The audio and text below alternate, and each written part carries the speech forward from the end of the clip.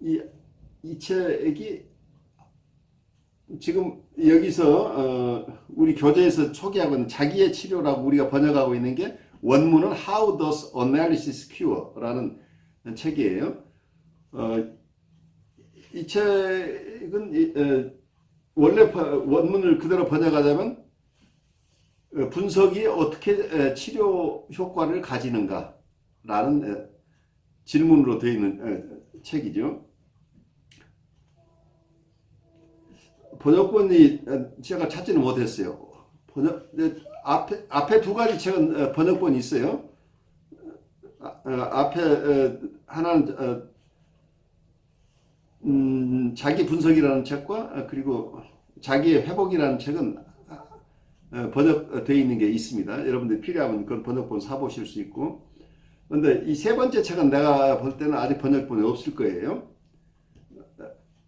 그래서 이 세 번째 책에 대해서 오늘 하고 이 다음 주일에 공부를 하게 돼요. 첫 번째는 이론적인 고찰, 오늘은 이론적인 고찰을 여러분과 제가 나누고, 그 뒤에 다음 주에는 아마 그게 임상적 치료 과정의 재고찰이라는 이름으로 이 책을 두 주에 나눠서 우리가 같이 공부를 하게 됩니다.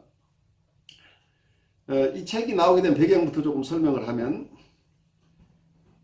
아마 자기의 회복이라는 책을 1977년에 코웃이 썼을 때 Restoration of the Self라는 책이죠.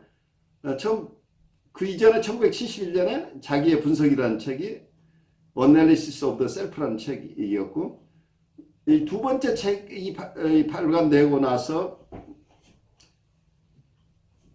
그래서 자기의 회복이라는 책을 발간하고서 한쪽에서는 코웃의 새로운 이론을 굉장히 환영하는 사람들이 있었지만 또 한쪽에서는 굉장히 심한 비난을 하는 분들도 있었어요.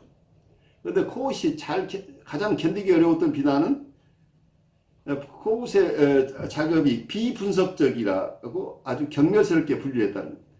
비분석적이라는 것은 애널리스트, 이고 사이코 애널리스트로서 자기 정체성을 가지고 있던 코웃에게 치명적인 거죠. 비분석적인 non 애널리틱이라고 하니까 당신이 지금 주장하고 있는 이론화하고 책으로 발표하고 있는 것은 정신 분석이 아니다라고 얘기하는, 그러니까 자기가 쌓은 모든 것이 부정되는 거죠.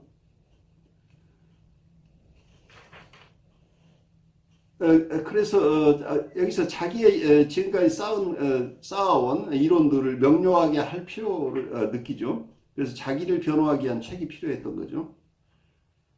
그래서 두 권의 아주 중요한 책을 쓰고 나서 그 뒤에 많은 비판들이 있는데 자기를 좀 더 충실하게 드러낼 수 있는 글들을 썼는데,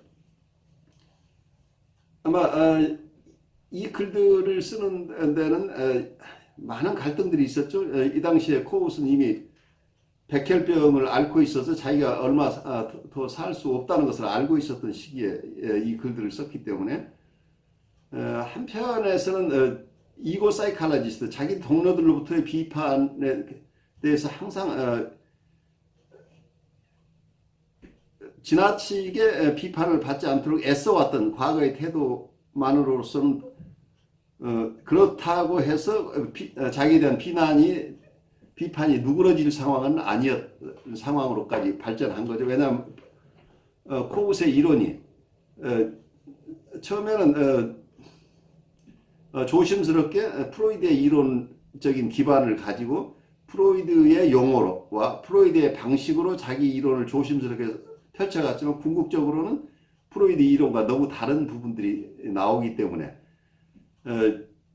이오 사이칼리스트나 클래식한 사이코 애널리스트들로부터의 반론들이 만만치 않기 때문에 그냥 회피할 수가 없어서 이제는 자기 얘기를 충분하게 얘기했다고 하지만 계속해서 오는 비난을 내서 자기를 지켜내기 위해서는 자기 의견을 좀 더 명료하게 할 필요가 있었다는 객관적인 부분과 자기의 삶이 길지 않다는 것을 알고 있었던 건강상의 이유 때문에 이분이 조금 더 자기 이론을, 최종적인 이론을 좀 더 명료하게 내놓을 수 있는 이런 상황이었다고 보여요.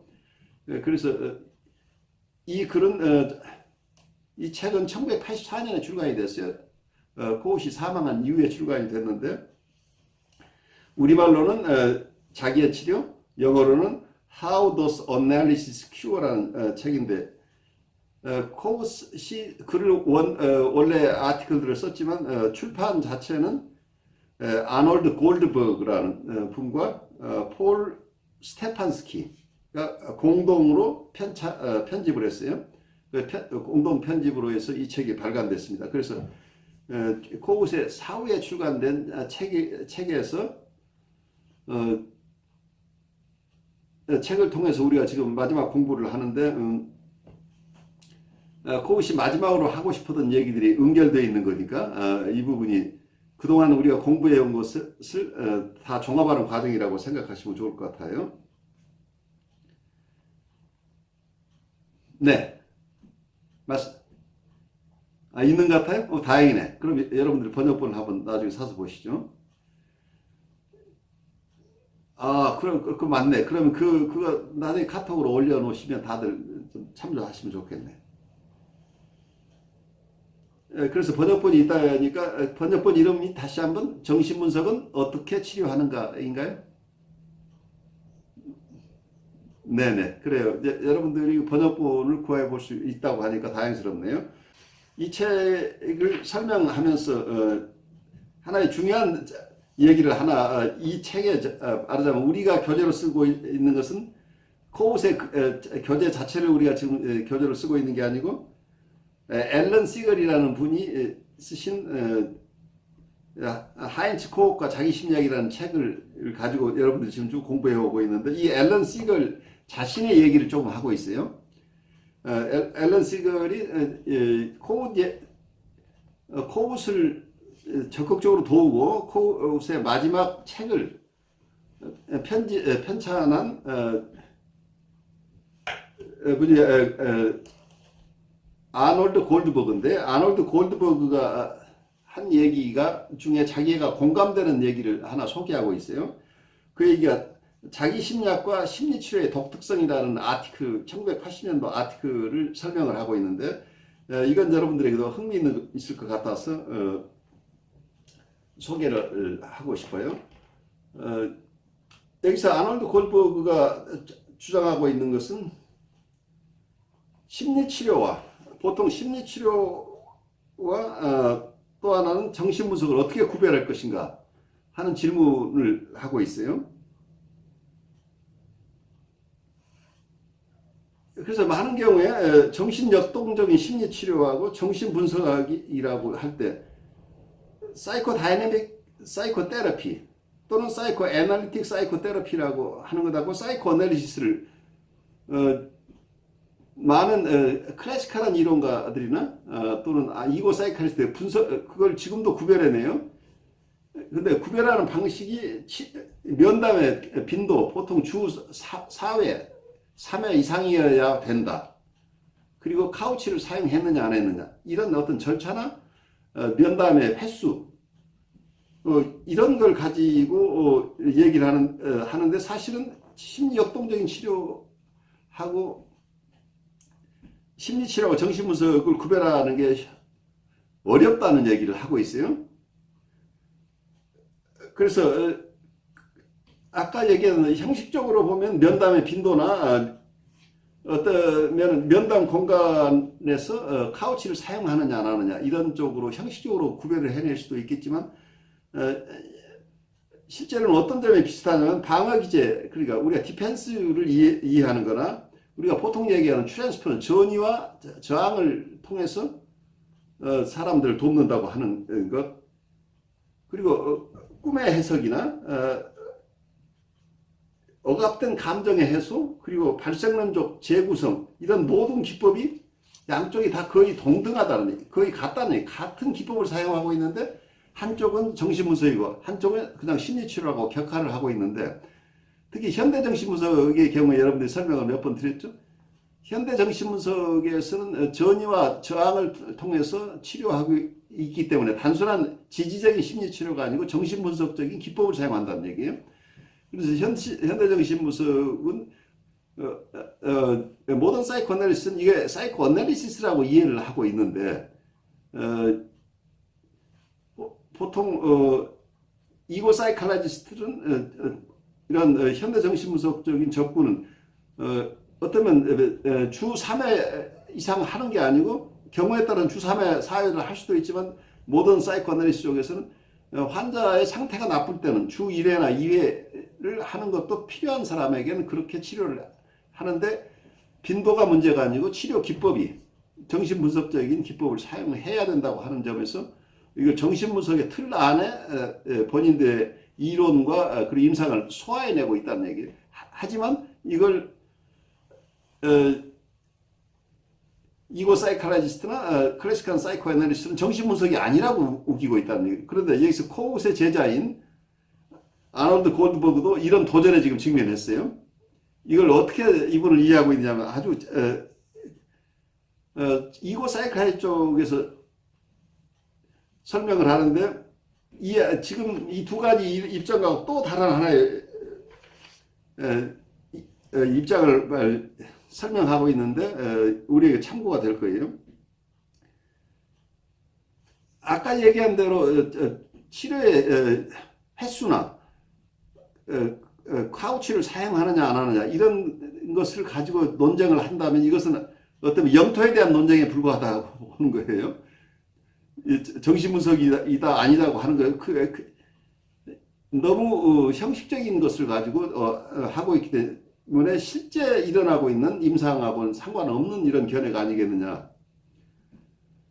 그래서 이 아놀드 골드버그는 우리의 1차적 관심은 기법적 절차가 아니라 결과와 관련된 이론적 입장이다. 이렇게 결과, 치료, 우리가 어떤 결과를 가져오려고 하는 것, 그러니까 치료의 목표가 무엇이냐. 방법보다는 목표에 초점을 맞추어서 무엇이 정신분석이고 무엇이 심리치료인가를 구별해내려고 하고 있어요. 그래서 이 골드버그 얘기는 자기에 대한 지식을 우선 이 셀프 사이칼로지 쪽 입장에서 손상된 자기와 조직화되지 못한 자기를 진단적으로 구별한다 이렇게 하고 있는데 하나는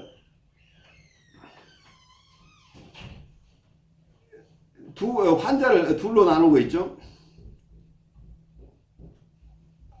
하나가 손상된 자기를 가지고 있는 환자인가 하나는 또 조직화되지 못한 자기를 가지고 있느냐. 자기가 이 두 가지로 자기를 셀프 상태를 나누고 있어요.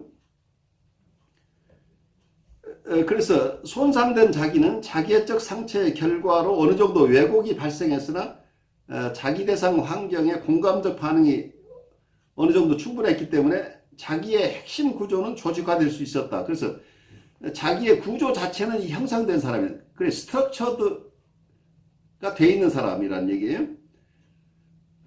그러므로 손상된 자기의 본질적인 건강과 응집성을 회복하기 위해서 치료의 목표는 자기의 수정, 확장 또는 자기의 결함을 메우는 것이 되어야 하나 이것은 자기의 근본적인 구조는 바꾸지 않은 채 미세한 변화를 가져오는 것, 즉 복구를 의미한다. 그래서 골드버그는 손상된 자기, 손상된 셀프의 특정 부분에 대한 치료가 바로 심리치료 과제라. 사이코 테라피라고 하는 것은 심리치료라고 하는 것은 우선 여기서 셀프죠. 셀프 자체가 어느 정도 손상은 있지만 조직화, 오거니제이션 자체는 돼 있다는 얘기예요. 조직화된 그래서 오거니제이션 자체, 오거나이즈드 된 셀프란 얘기죠. 그래서 조직화된 됐지만 거기에 손상이 일부 갔기 때문에 일단 셀프 자체는 형성이 돼 있다는 얘기예요. 어느 정도 구조가 돼 있다는 조직화가 오거나이즈 돼 있는데 거기에 어떤 손상, 데미지가 간 부분이 있어 이걸 복구해낸다, 리페어한다. 그렇기 때문에 이건 목표 자체가 어느 정도 구조화가 돼 있는, 조직화가 돼 있는 셀프에 있는 일정 부분의 손상된 부분을 수리하는 거다 하는 게 이게 심리치료인데, 그러면 정신분석은 뭐냐 하면 초기 대상 환경의 잘못된 반응 때문에, 그래서 초기에 자기 대상인 어떤, 여기서는 부모 대상을 얘기하고 있죠. 부모 대상의 잘못된 반응 때문에 자기의 셀프의 핵심적인 구조가 조직화되지 않은 셀프라니. 그러니까 아직은 조직화 자체가 돼 있지 않다고 하는 거죠. 이런 상황의 치료의 목표는 자기 구조의 변경이다 라고 얘기를 하고 있어요. 그래서 셀프의 재구조화, 다시 여기서 구조가 돼 있지 않은 걸 구조를 만들어내는 작업이라고 얘기를 하고 있죠. 그 자기 구조의 변경이라고 보고 있어요. 그래서 여기서 구조 변경을 위한 작업이 정신분석이다, 이렇게 얘기를 하고 있습니다. 그렇다면 구조화가 덜 돼 있어서, 구조화가 덜 된 자기를 재구조화한다는 것, 이건 근본적인 작업이죠. 이걸 정신분석이라고 하고, 아놀드 골드버그는 어느 정도 이 손상의 정도가 처음에 구조화는 돼 있지만 어떤 데미지가 일정 부분 나 있는 부분을 수리한다. 그러니까 말하자면, 여러분들 비유를 하자면 집 수리하는 것하고 보통 그냥 리페어하는 거, 리마들링 하는 것하고 차이. 거의 리마들링 수준이면 거의 있는 것을 온전히 다 구조를 새로 바꾸는 작업이죠. 단순히 페인트를 칠하거나 화장실에 조금 손보는 정도의 리페어 같으면 이걸 심리치료라고 하고, 성격 구조 자체, 오거니제이션 자체를, 그래, 셀프 자체를 재구조화해내는 작업이 정신분석이라고 이렇게 보고 있어요. 그래서 이 골드버그의 견해에 의하면 어떤 치료 기법을 썼느냐로 보는 게 아니고 치료 목표가 무엇이냐로 보는 거죠. 그래서 그 자기의 상태, 셀프가 어떤 상태에 있고 그 셀프를 어떻게 해주고 싶은가에 따라서, 그래서 치료가 이게 복구인가 아니면 재구조화인가, 그러니까 리페어라고 하는 개념인가 리오거니제이션인가 라는 것에서 정신분석과 심리치료를 구별해낸다고 하는데, 이렇게 되면 아주 이분 견해에 의하면 굉장히 다른 결론이 나요. 가장 프리헤드파는 환자, 그러니까 지금까지 프로이드가 봤던 여기 프로이드가 봤던 환자는 어떤 신경질적 환자들이죠. 신경질적 환자들은 이고 사이칼리스트들이 얘기할 때 그걸 스트럭처드 퍼슨이에요. 구조가 돼 있는 사람들이에요. 그러니까 이미 오거니제이션이 그 스트럭처가 어느 정도 돼 있는 사람들에게 발생한 어떤 데미지들을 리페어하는 것이라고 한다면, 이분들의 치료, 그러니까 신경증의 치료는 심리치료라는 결론이 되어버리죠. 사이코테라피다. 그러니까 프로이드가 했던 건 사이코테라피고, 지금 코웃이 주장하는 자기애적 환자, 자기애적 행동장애나 자기애적 성격장애자는 오거니제이션이 제대로 되어 있지 않은 사람들이죠. 그래서 이 사람들은 리오거니제이션을 해줘야 되는 상황이죠. 그래서 이 사람들을 치료하는 것이 사이코애널리시스라는 결론이 되죠. 그러면 지금 프로이드와 이고 사이칼리스트의 주장과 지금 셀프 사이칼러지 코웃의 후계자가 주장하는 정신분석은 완전히 뒤바뀌죠. 그러니까 셀프를 치료하는, 그러니까 환자 스스로가 자기애적 성격장애나 자기애적 행동장애를 가진 환자를 재구조해내는 작업, 이것이 정신분석이라고 봐버리죠. 그렇지만 뉴라틱 환자의 데미지 난 부분을 리페어하는 수준에 있는 치료는 심리치료다. 이렇게 큰 주장의 차이가 생겨요. 여기에 이 책을 쓴 저자 알렌 시거는 그렇게 확대해서 얘기는 안 하고 있어요. 그런데 자기가 이걸 아놀드 골드버그 얘기를 갑자기 코운 얘기만 하다가 그 제자 얘기를 한 이유는 자기가 그에 공감하고 있다는 얘기죠. 이분도 셀프 사이칼로지스트라고 본다면 우리 셀프 사이칼로지스트가 하는 것이 정신분석이고 어떠면 이고 사이칼로지스트 당신들이 하고 있는 것은 정신분석이 아니고 당신들이야말로 심리치료자들이다 라고 주장하는 결과가 됐어요. 이 얘기가 여러분들에게 그렇게 납득이 되나요? 아마 이걸 읽으면서 이렇게 이해를 다들 안 하고 있을 것 같은데 제가 애써 한번 생각을 해보는 중이에요. 이분들 자기들이 이게 멸절불안이잖아요. 자기들도 정신분석을 공부했는데 코웃을 따랐다는 것만 가지고도 정신분석가가 아니라고 멸시당할 처지에 있기 때문에 자기들도 자기들을 디펜드해내야 될 이런 상황이 있잖아요. 그래서 코웃이 느꼈던 위협을 이 제자들도 느끼고 있다는 얘기죠.